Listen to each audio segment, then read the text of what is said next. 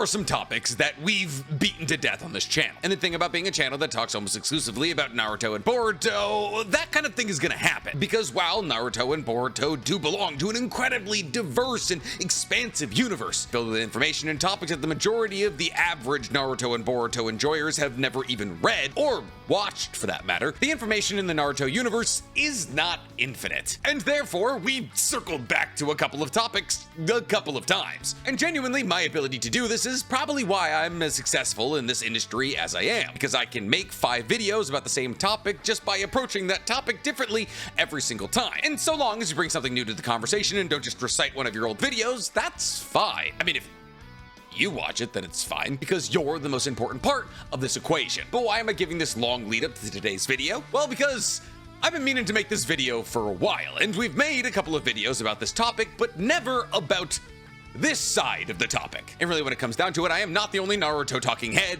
that's beaten this topic to death. But considering the fact that this topic is probably the biggest question mark in all of Naruto, and we've never been given anything even resembling a solid answer towards this topic, until we do get a solid answer for this topic, it's gonna get beat to death. So what are we talking about today? Well, we're going back to our roots, and we're talking about Hashirama's Sage Mode. Yes, I know, we've made videos talking about whether or not Hashirama was an otter sage, or a woodpecker sage, or a tree sage, or a human sage, or a slug sage, which is what I believe he was. We've even made videos talking about whether or not Hashirama was a sun sage, as the markings on Hashirama's face are eerily reminiscent to the markings on the face of the Egyptian god of the sun, Ra. We've gone deep with this theory before, though there is one aspect of this theory that I've never actually explored, though it is an aspect of the theory I've known for a while. And there's no real reason I've never explored it, I just haven't gotten around to it. Like I haven't gotten around to ranking and explaining all the summoning animals in Naruto. I know I need to make the video one day, I just haven't done it. But Nick, if we've already explored all these possibilities for what Hashirama's Sage Mode might be, then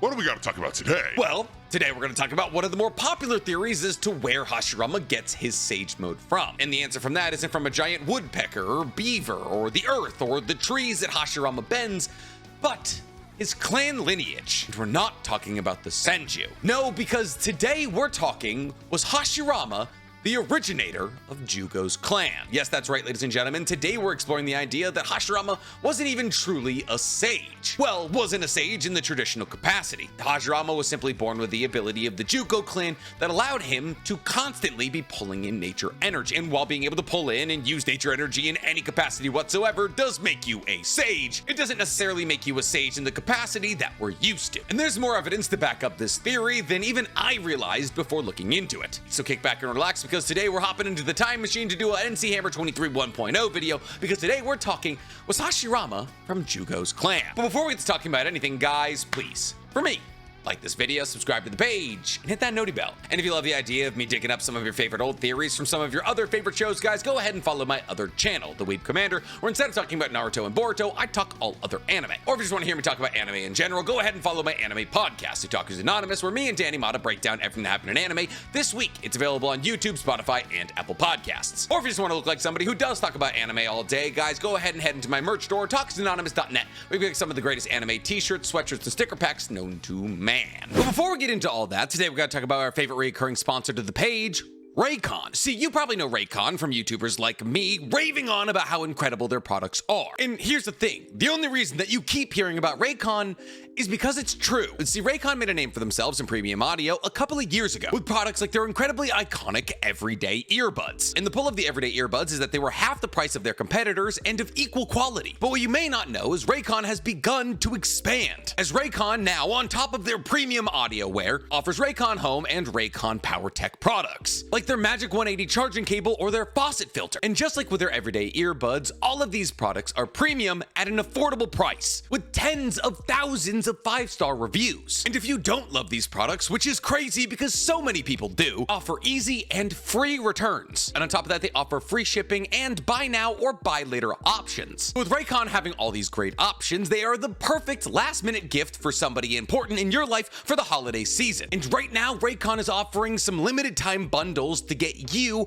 the best possible price on some of Raycon's best products with things like their fitness kits, or my personal favorite, their everyday audio kits, which comes with the everyday earbuds and the everyday headphones. See, I know when I go out to walk my dogs in these crisp LA winters, I can not only rely on the everyday headphones keeping my ears warm, but also can rely on either being able to activate noise cancellation or awareness mode, depending on whether or not I want to get immersed into my podcast or hear the things around me. On top of that, their 38 hours of battery life means that I don't have to worry about charging them basically ever. So what are you guys waiting for? This holiday season, get premium audio and power tech goods at an affordable price by going to buyraycon.com/NCHammer23 for 15% off site-wide. Yes, that's buyraycon.com/NCHammer23 for 15% off site-wide. So Hashirama, one of the most legendary sages of all time. A man whose sage mode was so powerful that it allowed him to summon things like a true 1,000 armed Kanon to punch a Susanoo off of Kurama. But the offensive capabilities of Hashirama while using his sage mode weren't the only things that made him a legendary sage. As when Hashirama used his sage mode in conjunction with his wood release, he was able to ride on massive wooden constructs while continuously pulling in nature energy to mix in his body to turn into senjutsu chakra. And thus when it came down to a sage mode user having the perfect kit for sage mode, Hashirama truly stood on top, as Hashirama never had to worry about setting shadow clones around to gather nature chakra for him, as he could simply do it with his main body. But what if the real reason that Hashirama was so fantastic at pulling nature energy in wasn't because he was such a well-practiced sage? I mean, after all, when did Hashirama even really have the time to train to be a sage? During the Warring States period, he was so busy trying to kill Madara that I couldn't imagine he had time to slip away to possibly Shikatsu Forest. On top of that, if anybody was going to be a slug sage, you would assume it would be Tsunade or Sakura. And if Hashirama was a slug sage, why didn't he summon Lady Katsuo? Now, one could argue that he never summoned Lady Katsuo because he had his own healing factor and therefore he didn't need her, but in a battle against Majestic Attire Susanoo, maybe focus less on healing yourself with your chakra and use Lady Katsuo's. While the circle on his forehead is eerily reminiscent of Egyptian symbols for the sun, and the markings that he gets around his eyes are eerily reminiscent of the markings of Ra, and his key ability is wood release, which is heavily reliant on the sun and photosynthesis, and therefore there is a possibility that he is a sun sage. In fact, there's a lot of really good theories as to where Hashirama's sage mode came from, but when it really comes down to it, we'll never get an answer, which is where people like me come in. But one of the more fringe possibilities that isn't as talked about as things like him being a slug sage or a sun sage or even a tree sage is the possibility that Hashirama isn't a sage at all. How do we tie Hashirama to Jugo's clan? Or maybe how do we tie Jugo's clan to Hashirama? There's one problem with this theory that we have to address right out the gate, and that's the fact that we technically know where Jugo's clan's abilities come from. See, while very, very little is known about Jugo's clan, like their name, as every single time that Jugo's clan is ever even brought up, they're just called Jugo's clan. We learn in chapter 579 when Itachi and Sasuke are battling against Kabuto that Orochimaru was incredibly interested in Jugo's clan, but not the rampages that they underwent after they pulled in too much nature energy, but finding the source of their ability to pull in nature energy. And thus Orochimaru, instead of studying Jugo, studied Jugo's power in order to try and find the source of said power and where it comes from in the Naruto world. And that is actually how Orochimaru finds Ryuuchi Cave, as Orochimaru discovers that the source of Jugo's clan's power is Ryuuchi Cave, and this is what leads Orochimaru to trying to become a snake sage. However, because Orochimaru's body is too weak, he's unable to undergo the transformation. And this is what Kabuto is telling Itachi and Sasuke, as he's telling them that he was able to achieve something that Orochimaru was never able to achieve, becoming the perfect snake sage, even though he was not a perfect snake sage. We now know what a perfect snake sage looks like, and it's Mitsuki. It was not Kabuto. But that brings a somewhat logistical issue to the argument that Hashirama was the progenitor of the Jugo clan ability, because Orochimaru, arguably one of the greatest sources to trust when it comes to scientific information and the scientific process in Naruto, already triangulated that Jugo's clan's power comes from the Ryuuchi Cave. And therefore, by extension, all of Jugo's clan are kind of snake sages. But unfortunately, when it comes to Jugo's clan, that is literally all the information we have. We don't know their name, we don't know their location, we just know the source of their power, which is objectively a bit weird, especially when you consider how one becomes a snake sage. See, one becomes a snake sage by undergoing the trial of snakes, which is only accessible for those who are willing to exchange their greed for power. Now, after a candidate has presumably been allowed to take the trials put on by the snakes, if they should fail any of these trials, they'll be consumed by the snakes. Now, the most important trial out of all of these trials is surviving a bite from the Great White Snake Sage, as the Great White Snake Sage will bite you and inject you with nature chakra, specifically Ryuuchi Cave nature chakra. And if your body can't undergo the transformation into snake sage mode, well, then the Great White Snake Sage eats you right then and there. The reason that it's odd that somehow Ryuuchi Cave is tied into Jugo's clan ability is because of how much work it takes to become a Snake Sage. Especially when we consider the fact that in order for somebody to achieve Snake Sage mode outside of Mitsuki, obviously, there has to be direct input from the Great White Snake Sage, which makes it incredibly odd that there's a clan of people who are able to pass down this genetic ability to pull in nature energy without any input from Ryuuchi Cave. As so far as we've seen, while technically there does appear to be a genetic advantage passed down from father to son to be good at Sage mode, like how both Minato and Naruto are the only perfect Toad Sages we know of, and they're father and son, this more likely than anything has to do with the fact that they both have massive amounts of chakra. And without having massive amounts of chakra, you won't be a successful sage. On top of this, the only reason that both Minato and Naruto became Toad Sages is because of Jiraiya. It's not like Minato or Naruto were born Toad Sages because of their grandfather or something. So the real question is, how did a power associated with the Ryuuchi Cave get integrated into Jugo's clan, and what does it have to do with Hashirama? And boy oh boy, do I kind of have an answer. See, there's a lot of possible ways that one could go with this theory, but a lot of those possible ways lead to logical questions that basically disintegrate the entire theory. See, if I was to say that somehow Hashirama was the progenitor of Jugo's clan, that would raise the incredibly logical question, Okay, then why doesn't Tsunade have that ability? did Hashirama have additional children that split off to be Jugo's clan? Why did we never hear about them? Did he cheat on Mito? And at that point, we just start getting into fanfic, and I don't really do that. I work with logic, and thus the idea that Hashirama is the actual progenitor of Jugo's clan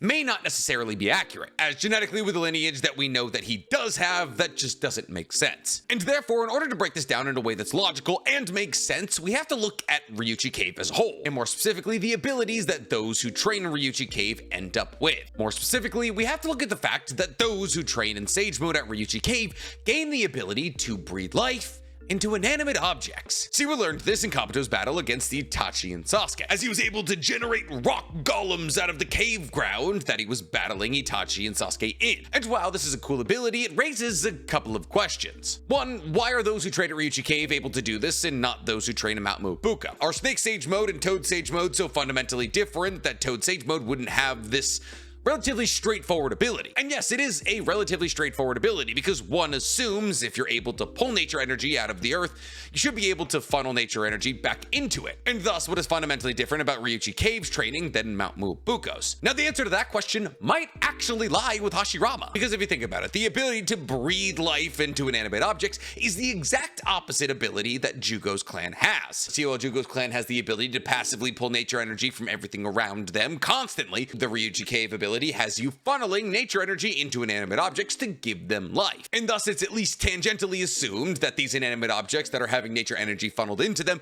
either have very little or no nature energy, or they have a standard amount of nature energy, but if you apply enough nature energy to anything, it gives it physical life. But the important connection here between Jugo's clan and Ryuuchi Cave is the swap of nature energy between human and inanimate object. And controlling this flow is crucial to control. See, because in both Jugo's clan and in the Ryuuchi Cave example, lack of control can lead to some pretty disastrous events. In Jugo's clan, if one pulls in too much nature energy, they turn into a monster and go through a fit of rage. While in the case of the Ryuuchi Cave ability, we don't necessarily know what happens if you funnel too much nature energy into something, but we know if you don't funnel enough, you won't be able to animate an object. And it's a solid possibility if you funnel too much nature energy into something like a rock, it will just explode. Or turn more into a rock. That's more of a Mount Mubuko thing. But the real thing to take away from all of this is probably that Snake Sages are more accurate with their nature energy control than Toad Sages, as Snake Sages have a better understanding of the flow of nature energy between themselves and nature, and thus they have the ability to animate their surroundings. But animating your surroundings can look like a lot of different things. See, while Kabuto animates his surroundings by making stone elementals, genuinely, what would stop Kabuto from making wood elementals? Or a wood dragon, or a super tall wood warrior, or a 1,000-armed wood Kanon? Fundamentally, how is what Kabuto is doing any different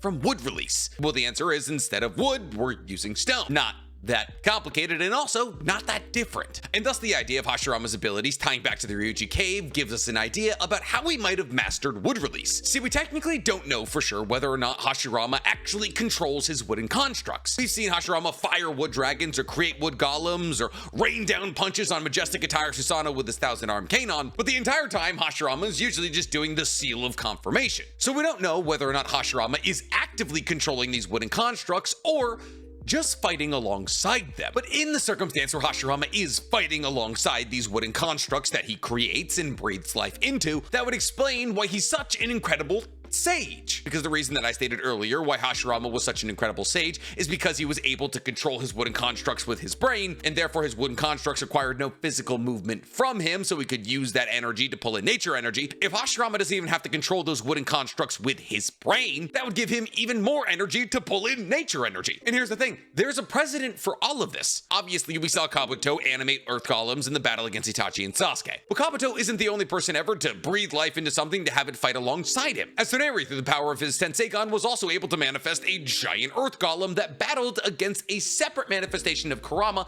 that wasn't attached to Naruto's body. See, because during the last, and up until Naruto lost Kurama, he was able to manifest Kurama and separate Kurama from his body. And I'm pretty sure Momoshiki also manifests an earth golem of sorts, but I may be misremembering that. The long and short of it is, there's a clear precedent for the fact that people and Otsutskis are able to breathe life into their surroundings and use that to fight for them. And thus, since we've multiple times seen Hashirama separate from his wooden constructs doing other things like battling against Madara, it's not crazy to assume that Hashirama has the ability to breathe life into his constructs to make sure that they can fight without his input. And thus, maybe when Hashirama began using wood release when he was young, the Senju realized that he was manipulating the earth in such a way that would be massively improved if he went to a place where he could learn to breathe physical life into said earth, which would kind of make sense for the Senju. See, because here's the thing, put yourself in the shoes of the Senju. The head of the Senju just had a couple of children, and the oldest of those children has a specific Kikagenkai we've never seen before. That Kikagenkai allows this oldest Senju, the new future head of the Senju, to control wood, a combination of earth and water release. But now, while there's plenty of ninjas who are able to control things like earth and water and stone and fire and air, none of those things are technically alive.